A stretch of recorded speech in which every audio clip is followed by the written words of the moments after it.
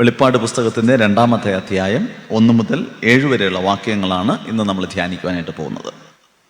വെളിപ്പാട് പുസ്തകത്തിൻ്റെ 1-ാമത്തെ അധ്യായം നമ്മൾ മനസ്സിലാക്കുകയുണ്ടായി. യോഹന്നാനുണ്ടായ പ്രത്യക്ഷതയെക്കുറിച്ചാണ് പറഞ്ഞിരിക്കുന്നത്. തുടർന്ന് താൻ എന്തൊക്കെ ചെയ്യണം എന്നതിനെക്കുറിച്ച് വ്യക്തമായിട്ട് കർത്താവ് അപ്പോസ്തലനായ യോഹന്നാനോട് സംസാരിക്കുകയാണ് ചെയ്യുന്നത്. എന്നാൽ വെളിപ്പാട് പുസ്തകത്തിലെ 2-3 അധ്യായങ്ങൾ 7 സഭകൾക്കുള്ള ദൂതാണ്. എഫസോസ് തുടങ്ങിയുള്ള ഏഷ്യ മൈനറിലുള്ള 7 സഭകൾ. ഈ 7 സഭകൾ 7 ടൈപ്പ് ഓഫ് ചർച്ചസ് എന്ന് മനസ്സിലാക്കണം. 7 ടൈപ്പിലുള്ള സഭകളെ കുറിച്ചാണ്. ഇന്നും ഈ 7 തരത്തിലുള്ള സഭകൾ നമ്മുടെ സമൂഹത്തിലുണ്ട് എന്ന് മനസ്സിലാക്കുക. അതിൽ ഏത് സഭയാണ് നമ്മുടെ സഭ, അല്ലെങ്കിൽ നമ്മൾ എങ്ങനെ ആയിരിക്കുന്നു എന്ന് പരിശോധിക്കേണ്ടുന്നതും ആവശ്യമാണ്. വേറൊരു കാര്യം കൂടെ മനസ്സിലാക്കാനുള്ളത്, ഒരു പടിപടിയായുള്ളൊരു ഉയർച്ചയും ആവശ്യമായിരിക്കുന്നു. 7 സഭകളെ കുറിച്ച് പറയുമ്പോഴും 7 കാലഘട്ടത്തെ സൂചിപ്പിക്കുന്നുവെന്ന് വേദപുസ്തക പഠിതാക്കൾ പറയുന്നുണ്ട്. അതിൽ ഇതിനകത്ത് പറഞ്ഞിരിക്കുന്ന സഭകളുടെ പ്രത്യേകത പറഞ്ഞുതരാം. എഫസോസ് തുടങ്ങിയ ചില സഭകളെ കുറിച്ച് പറഞ്ഞിരിക്കുന്നത് അവർക്ക് ഗുണങ്ങളുണ്ട്, കുറവുകളുണ്ട്. ഗുണങ്ങളുണ്ട്, നല്ല നല്ല കാര്യങ്ങൾ യേശു എടുത്ത് പറയുന്നുണ്ട്. അതുപോലെ തന്നെ ഇന്ന കാര്യങ്ങൾ തിരുത്താനുണ്ടെന്ന് പറയുന്നു. ഇനി അത് തിരുത്തിയാൽ നിനക്ക് ഇന്ന പ്രതിഫലം കിട്ടുമെന്ന് പറയുന്നുണ്ട്. ഇനി അതോടൊപ്പം തന്നെ മറ്റു ചില സഭകളുണ്ട്, ഒരു കുറവും പറയാനില്ല, പെർഫെക്റ്റ് ആണ്. ആ സഭ പെർഫെക്റ്റായ സഭയാണ്. ഒരു കുറവും ദൈവത്തിൻ്റെ ദൃഷ്ടിയിൽ പറയാൻ ഇല്ലാത്ത സഭയാണ്. അപ്പം അങ്ങനെയുള്ള വ്യക്തിത്വങ്ങളായി നമുക്ക് ജീവിക്കാൻ സാധിക്കും. സഭ എന്ന് പറയുന്നത് വിശ്വാസികളുടെ കൂട്ടമാണല്ലോ.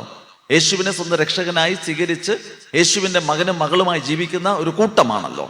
ജീവന്റെ പുസ്തകത്തിൽ പേരെഴുതി കാണപ്പെടുന്നവരാണല്ലോ. അങ്ങനെയുള്ളൊരു വിഭാഗമുണ്ട്. ഏറ്റവും അവസാനത്തെ 3-ാമത്തെ അധ്യായത്തിൽ അവസാനം ആ ഭാഗത്ത് കാണുന്ന ലവോദിക്ക സഭ, അത് ഒരു ഗുണവും പറയാനില്ലാത്ത സഭയാണ്. അവർ സമ്പന്നൻ എന്നൊക്കെ തന്നെ പറഞ്ഞുകൊണ്ടിരിക്കുന്ന, ആരോഗ്യവാൻ എന്നൊക്കെ പറയുന്ന, ഒരു ഗുണവും പറയാനില്ലാത്ത സഭയാണ്. നിങ്ങൾക്കറിയാമോ, ഈ കാലഘട്ടത്തിലെ സഭയെ സൂചിപ്പിക്കുവാനായിട്ട് ഉപയോഗിക്കുകയാണ് ചെയ്യുന്നത് ഈ ലവോദിക്ക സഭ. അല്ലെങ്കിൽ ലവോദിക്ക സഭ റെപ്രസെന്റ് ചെയ്യുന്നത് ഈ കാലഘട്ടത്തിലെ ഒരു സഭയെക്കുറിച്ചാണ് പറഞ്ഞിരിക്കുന്നത്. ഇവിടെ ഒരു കുറവുമില്ല, ഭൗതികമായ ഒരു കുറവുമില്ല. പക്ഷെ കർത്താവിൻ്റെ ദൃഷ്ടിയിൽ ഒരു ഗുണവും പറയാനില്ലാത്ത സഭയായിട്ടാണ് പറഞ്ഞിരിക്കുന്നത്. ഞാൻ പറഞ്ഞു, നമ്മൾ ഈ 7 സഭകളും 7 തരത്തിലുള്ള ചർച്ചസിനെയാണ് സൂചിപ്പിക്കുന്നത്. നമ്മുടെ സഭ ഒരു ഗുണവും ഇല്ലാത്ത സഭയായിട്ടല്ല, ധാരാളം ഗുണങ്ങളുള്ള, എടുത്തു പറയത്തക്ക രീതിയിൽ നന്മയുള്ള, അനുഗ്രഹിക്കപ്പെട്ടൊരു സഭയായി നാം മാറത്തക്ക രീതിയിൽ എന്തൊക്കെ തിരുത്തപ്പെടണം എന്ന് ദൈവത്തിൻ്റെ ആത്മാവ് ഈ 7 സഭകളിലൂടെ പറയുന്നതിൽ നിന്ന് നമുക്ക് ഉൾക്കൊള്ളാനും ക്രിസ്തു നമുക്ക് വേണ്ടി ഒരുക്കിയിരിക്കുന്ന നിത്യജീവൻ പ്രാപിക്കാനും നമ്മെ തന്നെ വിധേയപ്പെടുത്തുമ്പോഴാണ് ഈ വെളിപ്പാട് പുസ്തകത്തിൻ്റെ പഠനം കൊണ്ട് നമുക്ക് ഏറ്റവും കൂടുതൽ പ്രയോജനം ഉണ്ടായിത്തീരുന്നത്. അതിൻ്റെ 1-ാമത്തെ വാക്യം, എഫസോസിലെ സഭയുടെ ദൂതൻ എഴുതുക, 7 നക്ഷത്രം വലങ്കയിൽ പിടിച്ചും കൊണ്ട് 7 പൊൻ നിലവിളക്കുകളുടെ നടുവിൽ നടക്കുന്നവൻ അരുളി ചെയ്യുന്നത്. ക്രിസ്തുവിൻ്റെ പ്രത്യക്ഷതയാണ് ഈ ഭാഗത്ത് പറഞ്ഞിരിക്കുന്നത്. യേശുവിൻ്റെ പ്രത്യക്ഷത. ഓരോ സഭയിലും ക്രിസ്തു ഓരോ രീതിയിലാണ് പ്രത്യക്ഷപ്പെടുന്നതെന്ന് മനസ്സിലാക്കുക. വീണ്ടും നിങ്ങൾ മുന്നോട്ട് വരുമ്പോഴേക്കും പെർഗമോസ് എന്ന സഭ എന്നൊക്കെ പറയുന്ന ആ സഭയിൽ ഒരു വാളും പിടിച്ചുകൊണ്ട് നിൽക്കുന്ന ക്രിസ്തുവിനെ കുറിച്ചാണ് പറഞ്ഞിരിക്കുന്നത്. ഇവിടെ പറഞ്ഞിരിക്കുന്നത് 7 നക്ഷത്രം വലങ്കയിൽ പിടിച്ചും പൊൻ നിലവിളക്കുകളുടെ നടുവിൽ നിൽക്കുകയും ചെയ്യുന്ന ഒരു ക്രിസ്തുവിനെ കുറിച്ചാണ് പറഞ്ഞിരിക്കുന്നത്. നിലവിളക്ക് എന്ന് പറയുന്നത് ഒരു താഴ്മയാണ് സൂചിപ്പിക്കുന്നത്. നിലവിളക്ക് ഇത് വെളിച്ചം നൽകുന്നതാണ്. സഭയെക്കുറിച്ചാണ് പറഞ്ഞിരിക്കുന്നത്, നമുക്കറിയാമല്ലോ. ഇത് താഴ്മയെക്കുറിച്ച് സൂചിപ്പിക്കുന്നു. അതോടൊപ്പം തന്നെ വെളിച്ചം നൽകുന്നതിനെ കുറിച്ചാണ് പറഞ്ഞിരിക്കുന്നത്. വിളക്ക് കത്തണമെങ്കിൽ, ഈ നിലവിളക്ക് എന്ന് പറയുന്നത്, ഈ നമ്മൾ ഓർക്കേണ്ടുന്നത്, ഈ സായിപ്പന്മാരാണ് വിദേശത്ത് നിന്ന് കടന്നു വന്നപ്പോഴേക്കും നമ്മുടെ ക്രിസ്തു മതം, അല്ലെങ്കിൽ യേശു ജനിച്ച് വളർത്തപ്പെട്ടതൊക്കെ തന്നെ ഏഷ്യയിലാണ്. ഏഷ്യയിൽ നിന്ന് സുവിശേഷം യൂറോപ്പിലേക്ക് പോയി, പിന്നെ യൂറോപ്പിൽ നിന്ന് മെഴുകുതിരിയുമായിട്ടാണ് നമ്മുടെ അടുക്കിലേക്ക് കടന്നു വരുന്നത്. അതുവരെയും അത് ഒരു വിളക്കുകളാണുള്ളത്. വിളക്കുകൾ, എണ്ണ ഒഴിച്ച് കത്തുന്ന വിളക്കുകളെ കുറിച്ചാണ് വേദപുസ്തകം പറഞ്ഞത്. ഇന്നും നമ്മൾ യെരൂശലേം ദേവാലയത്തിലേക്ക് പോയി കഴിഞ്ഞാൽ ഈ എണ്ണ ഒഴിച്ച് കത്തുന്ന വിളക്കുകളെ തന്നെയാണ് സൂചിപ്പിച്ചിരിക്കുന്നത്. അപ്പോൾ വിളക്ക് കത്തുന്നത് എണ്ണയിലാണ്. എണ്ണ സൂചിപ്പിക്കുന്നത് എന്താണെന്ന് ചോദിച്ചു കഴിഞ്ഞാൽ പരിശുദ്ധാത്മാവിനെയാണ്. പരിശുദ്ധാത്മാവെന്ന് പറയുന്ന ആ ശക്തിയിൽ, അല്ലെങ്കിൽ പരിശുദ്ധാത്മാവാകുന്ന എണ്ണയിലാണ് വിളക്ക് കത്തേണ്ടുന്നത്. പ്രിയമുള്ളവരെ, ക്രിസ്തു വിശ്വാസികൾ, ഞാനും നിങ്ങളും ക്രിസ്തു വിശ്വാസികളാണ്. സഭ ജ്വലിക്കേണ്ടുന്നത്, പ്രകാശം പകരേണ്ടുന്നത്, പ്രകാശമുള്ളതായി തീരേണ്ടുന്നത് പരിശുദ്ധാത്മാവിലാണ്. പരിശുദ്ധാത്മാവാകുന്ന വിളക്കിൽ, അല്ലെങ്കിൽ എണ്ണയിൽ നിന്ന് വെളിച്ചം പകരുന്നവരെ തീരുവാനായിട്ട് നമുക്ക് സാധിക്കണം. അല്ലാതെയുള്ള വെളിച്ചങ്ങൾ വെളിച്ചമല്ല, അത് ഇരുട്ടിൻ്റെ അനുഭവത്തെയാണ് സൂചിപ്പിക്കുന്നത്. ആയതിനാൽ സഭ ക്രിസ്തു വിശ്വാസികളായിരിക്കുന്ന നമ്മുടെയൊക്കെ ഉത്തരവാദിത്വം പരിശുദ്ധാത്മാവാകുന്ന എണ്ണയിൽ നിന്ന് കത്തുന്നവരായി തീരേണ്ടുന്നത് ആവശ്യമാണ്. അല്ലാതെ കത്തുന്നവരുണ്ട്. നിങ്ങൾ ചിലരൊക്കെ തന്നെ ഈ കോപത്തിൽ കത്തുന്നവരെ കാണാം. ചിലർ അഹങ്കാരത്തിൽ കത്തുന്നവരാ കാണാം, ചിലരൊക്കെ തന്നെ ഉന്നത ഭാവത്തിൽ കത്തുന്നവരുണ്ട്, ചിലരൊക്കെ തന്നെ നിഗളത്തിൽ ഇങ്ങനെ തങ്ങൾക്കുണ്ട് എന്ന് പറയുന്ന ചിലതിലൊക്കെ തന്നെ കത്തുന്നവരുണ്ട്. അവരൊക്കെ തന്നെ ആ തീയിൽ എരിഞ്ഞു പോവുകയാണ് ചെയ്യുന്നത്. പക്ഷേ പരിശുദ്ധാത്മാവാകുന്ന തീയിൽ ആരൊക്കെ അല്ലെങ്കിൽ എണ്ണയിൽ ആരൊക്കെ നിന്ന് കത്തുന്നുണ്ടോ അതിൻ്റെ ഒരു പ്രത്യേകത പറഞ്ഞു തരാം.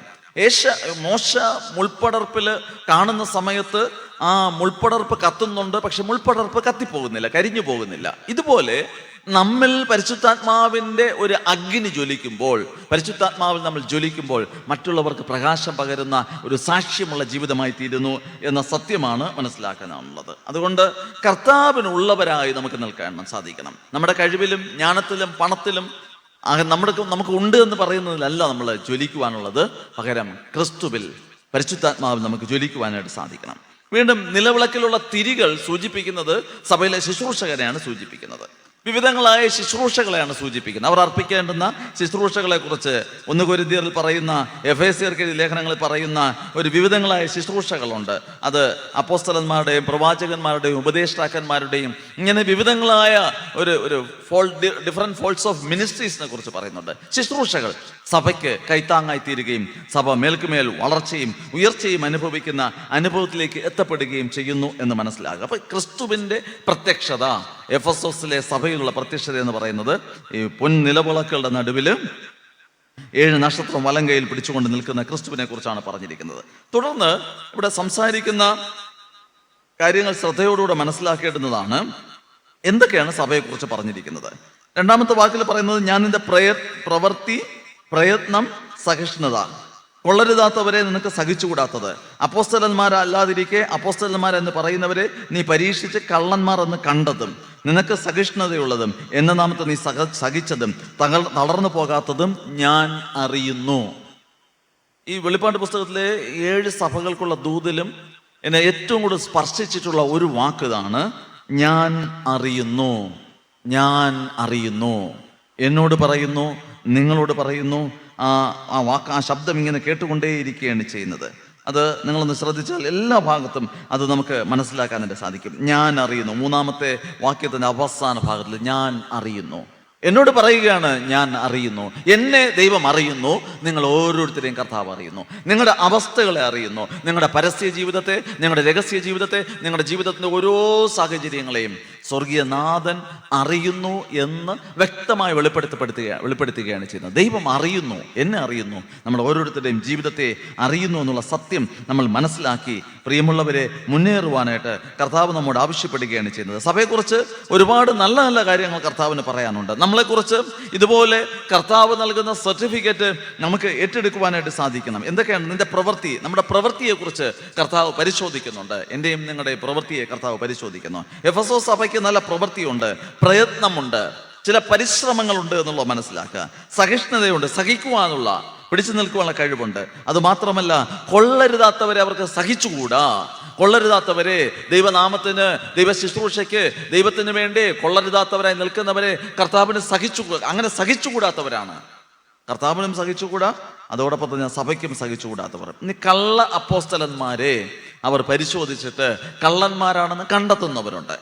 ഒരു വ്യക്തിയെ ഒരു വൃക്ഷത്തെ ഫലം കൊണ്ട് തിരിച്ചറിയുന്നത് പോലെ അപ്പോസ്തലന്മാരല്ലാതിരിക്കെ അപ്പോസ്തലന്മാരെന്ന് പറഞ്ഞുകൊണ്ട് കടന്നു വരുന്നവരെ പരീക്ഷിച്ച് വളരെ വ്യക്തമായിട്ട് കണ്ടെത്തുന്ന ഒരു അനുഭവം അവർക്കുണ്ടായിരുന്നു എന്ന് മനസ്സിലാക്കുക. അതുമാത്രമല്ല, യേശുവിൻ്റെ നാമത്തിൽ അവർ ഒത്തിരി സഹിച്ചവരാണ്, സഹനമുള്ളവരാണെന്ന് മനസ്സിലാക്കുക. അതും മാത്രമല്ല, അവർ തളർന്നു പോയിട്ടില്ല. ജീവിതയാത്രയിൽ ഒത്തിരി പ്രശ്നങ്ങൾ വരുമ്പോൾ, പ്രതിസന്ധികൾ വരുമ്പോൾ, പ്രതികൂലങ്ങൾ വരുമ്പോൾ തളർന്നു പോയിട്ടില്ല. എത്രയെത്ര സാഹചര്യങ്ങളിലൂടെയാണ് നമ്മൾ ഓരോരുത്തരും കടന്നുപോയിക്കൊണ്ടിരിക്കുന്നത്, എത്രയെത്ര പ്രതിസന്ധികളിലൂടെയാണ് കടന്നുപോയിക്കൊണ്ടിരിക്കുന്നത്. അനുനിമിഷം തളർന്നു പോകാവുന്ന, തളർത്തിക്കളയാവുന്ന സാഹചര്യങ്ങൾ നമ്മുടെ ജീവിതത്തിൽ ഉണ്ടായിട്ടും സ്വർഗ്ഗത്തിലെ ദൈവം പറയുന്നത്, നീ ഇതൊക്കെയും സഹിച്ചിട്ടും തളർന്നു പോകാത്തത് ഞാൻ അറിയുന്നു.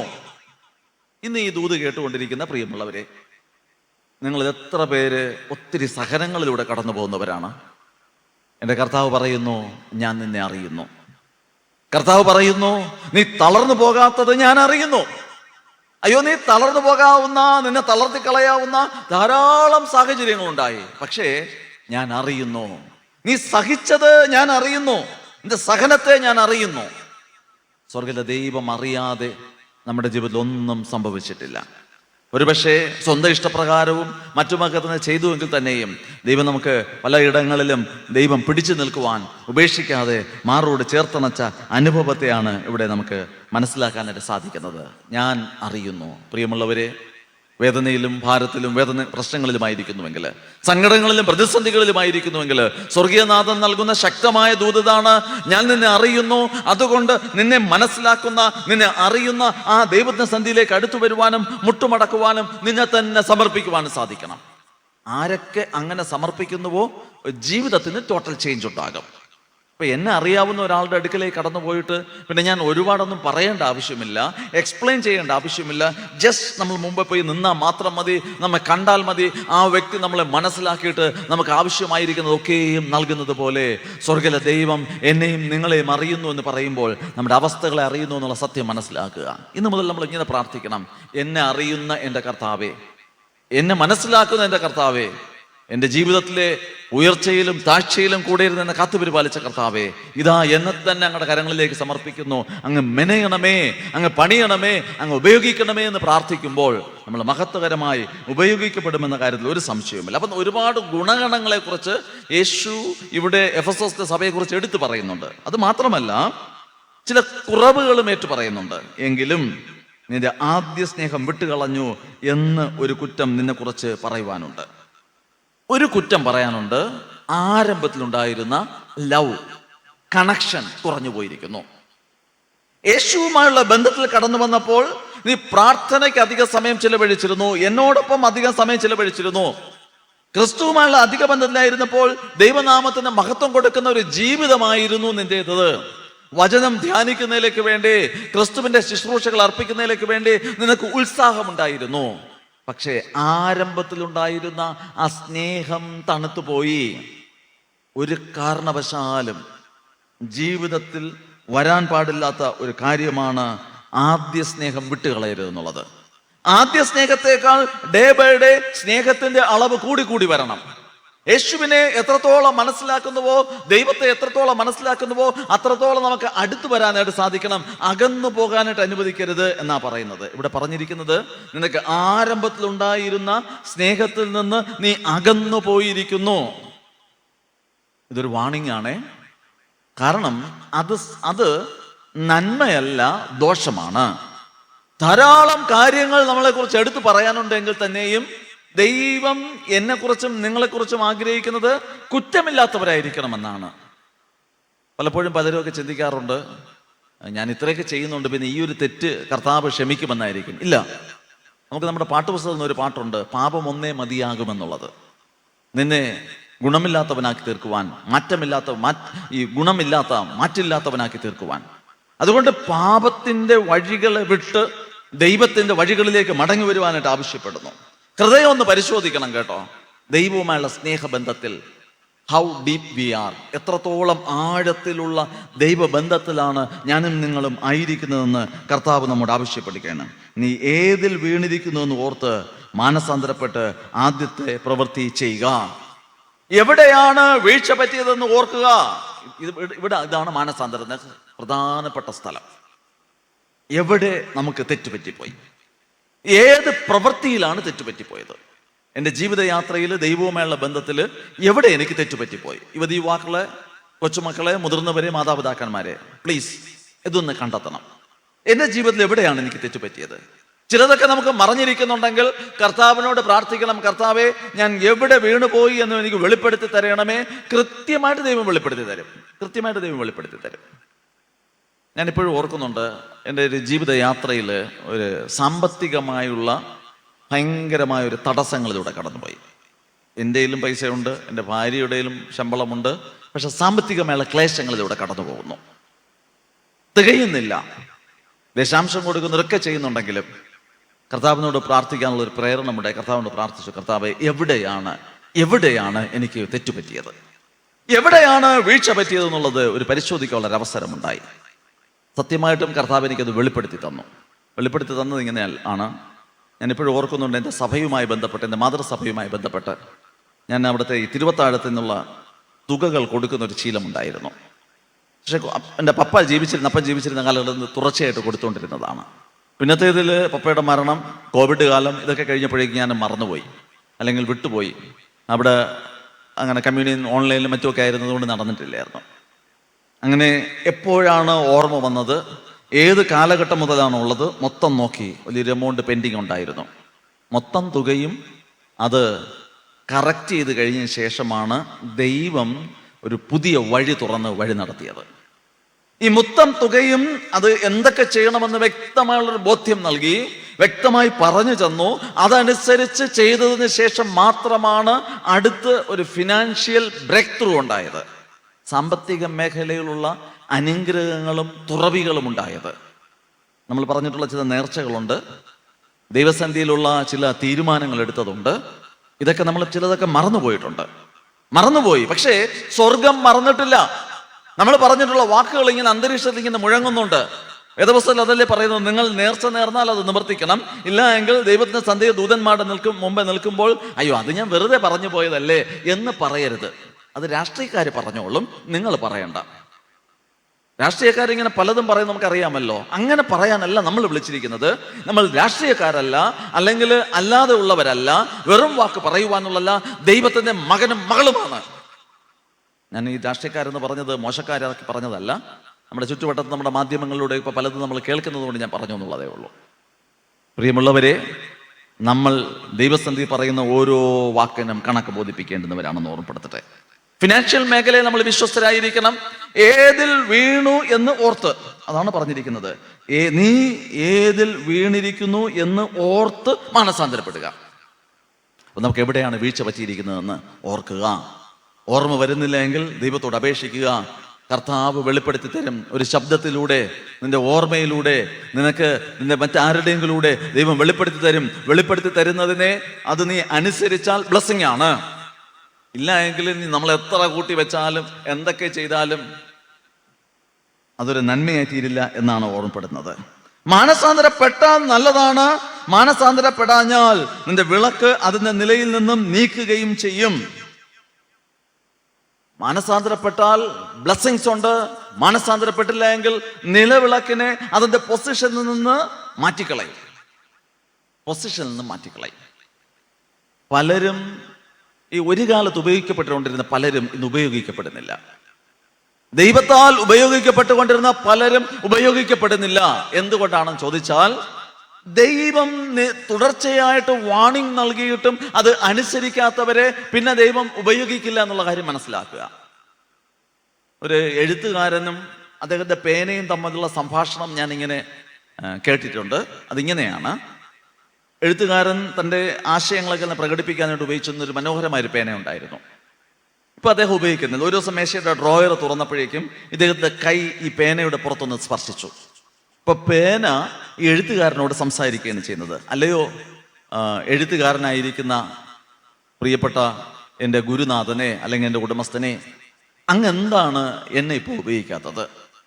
അങ്ങയുടെ ആശയങ്ങളും അങ്ങയുടെ ഇഷ്ടങ്ങളും പ്രതിഫലിപ്പിക്കുന്നതിലേക്ക് വേണ്ടി അങ്ങ് എന്നെ ഉപയോഗിക്കുമായിരുന്നല്ലോ. അങ്ങ് എന്നെ മാന്യമായ സ്ഥലത്ത് പ്രതിഷ്ഠിച്ച് കൊണ്ട് നടക്കുമായിരുന്നല്ലോ. ഇപ്പൊ എന്താ എന്നെ പൂട്ടി ഈ ബോക്സിനകത്ത്, ഈ മേശയുടെ ഡ്രോയറിനകത്ത് മാറ്റിവെച്ചിരിക്കുന്നത്? ആ മനുഷ്യൻ ഇങ്ങനെയാണ് പറഞ്ഞത്: നീ പറഞ്ഞത് സത്യമാണ്, എഴുത്തുകാരൻ പറയുന്നത്.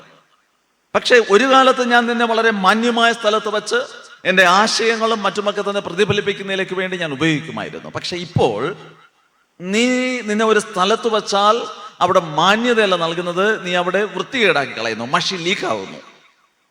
ഞാൻ ആശയങ്ങൾ പ്രതിഫലിപ്പിക്കാനായിട്ട് ശ്രമിക്കുമ്പോൾ എൻ്റെ കയ്യെ വൃത്തികേടാക്കുന്നു, പേപ്പറിനെ വൃത്തികേടാക്കുന്നു. അതുകൊണ്ട് നിന്നെ ഞാൻ കളഞ്ഞിട്ടില്ല, നിന്നെ പൂട്ടി ഞാൻ വേറൊരു സ്ഥലത്ത് അങ്ങ് വെച്ചിരിക്കുകയാണ് ചെയ്യുന്നത്. ഉപയോഗിക്കപ്പെടില്ല കേട്ടോ, പൊസിഷൻ നിന്ന് മാറ്റുകയാണ് ചെയ്യുന്നത്. മാനസാന്തരപ്പെടാഞ്ഞാൽ നിന്റെ നിലവിളക്ക് അതിന്റെ നിലയിൽ നിന്ന് നീക്കുകയും ചെയ്യും. വെളിച്ചം പകരുന്നവരെ, നീ വെളിച്ചം പകർന്നുകൊണ്ടിരിക്കുന്ന അവസ്ഥയിൽ നിന്ന് നിന്നെ മാറ്റിക്കളയുമെന്നാണ് പറയുന്നത്. അതുകൊണ്ട് ഒരു കാരണവശാലും മാനസാന്തരത്തിന് യോഗ്യമായുള്ള ഫലം പുറപ്പെടുവിക്കുന്നതിന് പിന്മാറിപ്പോകരുതേ. ദൈവത്തെ ഭയപ്പെടണം, ദൈവത്തെ ശുശ്രൂഷകളെ ഭയപ്പെടണം, ദൈവവേലയെ ഭയപ്പെടണം, ദൈവനാമത്തെ ഭയപ്പെടണം, വിശ്വസ്തരായിരിക്കണം. വളരെ പ്രധാനപ്പെട്ട കാര്യമാണ് വിശ്വസ്തത. ദൈവത്തിൻ്റെ ദൈവം പരിശോധിക്കുന്ന ഒന്നാണെന്ന് ഞാൻ എടുത്തു പറയാൻ ആഗ്രഹിക്കുന്നു. അടുത്തെന്താണ് പറയുന്നത്? എങ്കിലും നിക്കലോവരുടെ നടപ്പ് നീ പകയ്ക്കുന്നു എന്നൊരു നന്മ നിനക്കുണ്ട്. ഞാനും പകയ്ക്കുന്നു. ദൈവത്തിന് ഇഷ്ടമില്ലാത്തതും നമുക്ക് ഇഷ്ടമില്ലാത്തതുമായ കാര്യങ്ങൾ ഒരുപോലെ ആയിരിക്കണം. നിക്കോലോവിയർ അവരുടെ ഉപദേശങ്ങൾ എന്താണെന്ന് ചോദിച്ചു കഴിഞ്ഞാൽ, ഒന്ന്, ഈ വിഗ്രഹാരാധനയെ പ്രോത്സാഹിപ്പിക്കുന്നവരെന്നാണ് പറഞ്ഞിരിക്കുന്നത്. അവർ വളരെയധികം അതിനെ പ്രോത്സാഹിപ്പിച്ചുകൊണ്ട് മുന്നോട്ട് പോകുന്നതാണ്. മറ്റൊന്ന്, വിഗ്രഹാർപ്പിതം തിന്നുക എന്നതിനെ പ്രോത്സാഹിപ്പിക്കുന്നു. അൻസന്മാർഗിക ജീവിതം നയിക്കുന്നതിനെ പ്രോത്സാഹിപ്പിക്കുന്നു. എന്ന് പറഞ്ഞു കഴിഞ്ഞാൽ, നമ്മൾ ക്രിസ്തുവിലായി കഴിഞ്ഞാൽ ആത്മാവ് വിശുദ്ധീകരിക്കപ്പെട്ട് കഴിഞ്ഞു, ശരീരം കൊണ്ട് എന്ത് പാപവും ചെയ്യാം എന്ന് പഠിപ്പിക്കലാണ് ഉണ്ടായിരുന്നത്. ഇത് നിക്കലോവരുടെ ഉപദേശമാണ്. ആത്മാവ് രക്ഷ പ്രാപിച്ചു, ഇനി മനസ്സും ശരീരവും രക്ഷാപൂർത്തീകരണത്തിലേക്ക് എത്തപ്പെടണം. എന്റെയും നിങ്ങളുടെയും ജീവിതം യേശുവിനെ സ്വന്തം രക്ഷകനായി സ്വീകരിച്ചു കഴിയുമ്പോൾ ആത്മാവിന് രക്ഷ പ്രാപിച്ചാലും ശരീരം പാപമംഗലമായ ലോകത്തിലാണ് ആയിരിക്കുന്നത്. അതുകൊണ്ട് തന്നെ ദിവസം തോറും ശരീരത്തെ വിശുദ്ധീകരിക്കണം. ചിന്തകളിൽ പാപത്തിന്റെ ചിന്തകൾ കടന്നു വരുന്നത് കൊണ്ട് യേശുവിന്റെ വചനം കൊണ്ടും യേശുവിന്റെ രക്തത്താലും നമ്മുടെ ചിന്താമണ്ഡലങ്ങളെ വിശുദ്ധീകരിക്കണം. ഇങ്ങനെ ദിവസം തോറും കഴുകി ഒരു പൂർണ്ണതയിലേക്ക് എത്തണം, രക്ഷാപൂർത്തീകരണത്തിലേക്ക്. യേശുവിനെ സ്വന്തം രക്ഷകനായി സ്വീകരിച്ചു കഴിയുമ്പോൾ ആത്മാവ് ക്രിസ്തുവിൽ അമർന്നിരിക്കുകയും അത് വിശുദ്ധീകരിക്കപ്പെടുകയും ചെയ്യുന്നു. എന്നാൽ യേശുവിൻ്റെ നമുക്ക് നൽകിയിരിക്കുന്ന പുനരുത്ഥാനത്തിങ്കൽ, ക്രിസ്തു തൻ്റെ ഭക്തന്മാർക്ക് നൽകിയിരിക്കുന്ന പുനരുത്ഥാനത്തിങ്കൽ പുതു ശരീരം പ്രാപിച്ചുകൊണ്ടാണ് ഈ ശരീരത്തിൻ്റെയും ഈ ദേഹിയുടെയൊക്കെ തന്നെ വിശുദ്ധീകരണം സംഭവിക്കുന്നതെന്ന് മനസ്സിലാക്കുക. അതുകൊണ്ട് നമ്മെ തന്നെ നമുക്ക് വിശുദ്ധീകരിക്കാനായിട്ട് സാധിക്കണം. ഇവിടെ നിക്കലോവരുടെ ഉപദേശം എന്ന് പറയുന്നത്, അസന്മാർഗിക ജീവിതം ശരീരത്തിൽ നയിക്കുന്നത് തെറ്റില്ല, നീ രക്ഷ പ്രാപിച്ചാൽ അല്ലെങ്കിൽ ദൈവത്തെ രക്ഷകനായി സ്വീകരിച്ചാൽ മതി എന്നുള്ള തെറ്റായ ഒരു ഉപദേശം ഉണ്ടായിരുന്നു. ഈ നിക്കലോവി എന്ന് പറയുന്നത് അപ്പോസ്തല പ്രവൃത്തികളുടെ പുസ്തകം പഠിച്ചാൽ മേശമേൽ ശുശ്രൂഷ നിലയ്ക്കൊണ്ട് തിരഞ്ഞെടുത്ത 7 ഡീക്കന്മാരിൽ ഒരാളാണ്. ദൈവ വിളി കേട്ട് ശുശ്രൂഷയ്ക്ക് വന്നവരിൽ ഒരുത്തൻ വഴിതെറ്റിപ്പോകുന്നു. യൂദയെ പോലെ വഴിതെറ്റിപ്പോവുകയും സഭയ്ക്കകത്ത് ദുരുപദേശം വ്യാപരിപ്പിക്കുകയും ചെയ്യുന്നു. ഈ ദുരുപദേശത്തെ കർത്താവ് പറയുന്നത്, എങ്കിലും നിക്കലോവരുടെ നടപ്പ് നീ പകയ്ക്കുന്നു എന്നൊരു നന്മ നിനക്കുണ്ട്, അത് ഞാനും പകയ്ക്കുന്നു, എനിക്കും ഇഷ്ടമില്ല. വേദപുസ്തകത്തിന് വിരുദ്ധമായ ഉപദേശങ്ങളെ കൈക്കൊള്ളരുതേ. ഏത് കാര്യമുണ്ടെങ്കിലും, എന്ത് ഉപദേശം കേട്ടാലും അതിനെ അതുപോലെ ഉൾക്കൊള്ളുകയല്ല. വേദപുസ്തകത്തിലൂടെ പരിശോധിച്ച് പ്രാർത്ഥിച്ച് കറക്റ്റായുള്ള ഒരു വിവേചന ബുദ്ധിയോടുകൂടെ ശുശ്രൂഷയിലായിരിക്കുവാൻ, മുന്നേറുവാൻ കർത്താവ് ആവശ്യപ്പെടുകയാണ് ചെയ്യുന്നത്. ഇവിടെ പറഞ്ഞിരിക്കുന്നത് നന്മ എന്നാണ് പറഞ്ഞിരിക്കുന്നത്. നിക്കലോവരുടെ പ്രവൃത്തിയെ നീ എതിർക്കുന്നത് നന്മ എന്നാണ് പറഞ്ഞിരിക്കുന്നത്. എത്ര മനോഹരമായ വാക്കാണ്. എന്നൊരു നന്മ നിനക്കുണ്ട്. ദൈവം വെറുക്കുന്നത് നന്മയാണ്. ദൈവത്തിന് ഇഷ്ടമില്ലാത്തതിനെ എനിക്കും ഇഷ്ടമില്ല എന്ന് പറയുന്നത് നന്മയാണ്. അങ്ങനെ നന്മയുള്ള വ്യക്തിത്വങ്ങളായി തീരണം, നന്മ മരങ്ങളായി തീരണം, നന്മ ജീവിതങ്ങളായി തീരണം. അതിനുവേണ്ടിയാണ് കർത്താവ് നമ്മെ വിളിച്ചിരിക്കുന്നത്. ആത്മാവ് സഭകളോട് പറയുന്നത് എന്തെന്ന് ചെവിയുള്ളവൻ കേൾക്കട്ടെ. കർത്താവിൻ്റെ സഭ, കർത്താവിൻ്റെ ആത്മാവ്, പരിശുദ്ധാത്മാവ് എന്നോടും നിങ്ങളോട് പറയുന്നത് എന്തെന്ന് ശ്രദ്ധിച്ച് കേൾക്കണം. ചെവി ഉണ്ടായിരുന്നാൽ മാത്രം പോരാ, അത് കേട്ട് അനുസരിക്കണമെന്നാണ് പറയുന്നത്. ചെവിയുള്ളവൻ കേൾക്കട്ടെ. നമ്മളൊക്കെ പലപ്പോഴും നമ്മളോടൊക്കെ പല കാര്യങ്ങളും പറയാറുണ്ടല്ലോ. വീട്ടിൽ അപ്പനും അമ്മയും പല കാര്യങ്ങൾ പറയാറുണ്ട്. സഭയിലൂടെ ഒരുപാട് ഉപദേശങ്ങളിലൂടെ പല കാര്യങ്ങൾ പറയാറുണ്ട്. അത് ചെയ്യണം, ഇത് ചെയ്യരുത്, അങ്ങനെ ചെയ്യണം, ഇങ്ങനെ ചെയ്യണം. എന്തൊക്കെ പറഞ്ഞാലും ചിലരുണ്ട്, അവർ ചെയ്തുകൊണ്ടിരിക്കുന്നത് ചെയ്യുകയുള്ളൂ. നിങ്ങൾക്ക് വേറെ വേലയില്ല, ഞാൻ അത് ചെയ്തുകൊണ്ടേയിരിക്കുന്നതേ ചെയ്യുകയുള്ളൂ. ഒരു കാരണവശാലും തിരുത്തലിന് വേണ്ടി റെഡിയാകാത്തവരുണ്ട്. എഹെസ്കേൽ പ്രവചന പുസ്തകത്തിൽ അതിനെക്കുറിച്ച് പറഞ്ഞിരിക്കുന്നത്, ഈ പരിശുദ്ധാത്മാവിൻ്റെ വ്യാപാരം ഉണ്ടായിട്ട് മാനസാന്തരപ്പെടാതിരിക്കുന്ന ചിലരുണ്ട്. അവരെയൊക്കെ തന്നെ അങ്ങ് ദൈവം കീപ്പ് ചെയ്യുകയാണ് ചെയ്യുന്നത്. എന്തിനു വേണ്ടി? അന്ത്യ ന്യായവിധിക്ക് വേണ്ടി. ഇപ്പം ന്യായം വിധിക്കില്ല, ദൈവം ഇങ്ങനെ അയച്ചു വിടുകയാണ് ചെയ്യുന്നത്. അങ്ങ് വിടും. അന്ത്യ ന്യായവിധിയെങ്കിൽ ശിക്ഷാവിധിക്ക് കാരണമായി തീരും. ബ്ലെസ്സിങ്സ് നഷ്ടപ്പെടുത്തി കളയും. പ്രിയമുള്ളവരെ, പരിശുദ്ധാത്മാവ് വളരെ വ്യക്തമായിട്ട് പറയുന്നു, കർത്താവിന്റെ ആത്മാവ്, പരിശുദ്ധാത്മാവ് നമുക്ക് ബോധ്യപ്പെടുത്തുന്നത്, പഠിപ്പിക്കുന്നത് അതുപോലെ പിൻപറ്റുവാൻ സാധിക്കണം. ആത്മാവ് സഭകളോട് പറയുന്നത് എന്തെന്ന് ചെവിയുള്ളവൻ കേൾക്കട്ടെ. ഏറ്റവും അവസാനമായി, ജയിക്കുന്നവന് ഞാൻ ദൈവത്തിൻ്റെ പരദീസയിലുള്ള ജീവവൃക്ഷത്തിൻ്റെ ഫലം തിന്മാൻ കൊടുക്കും.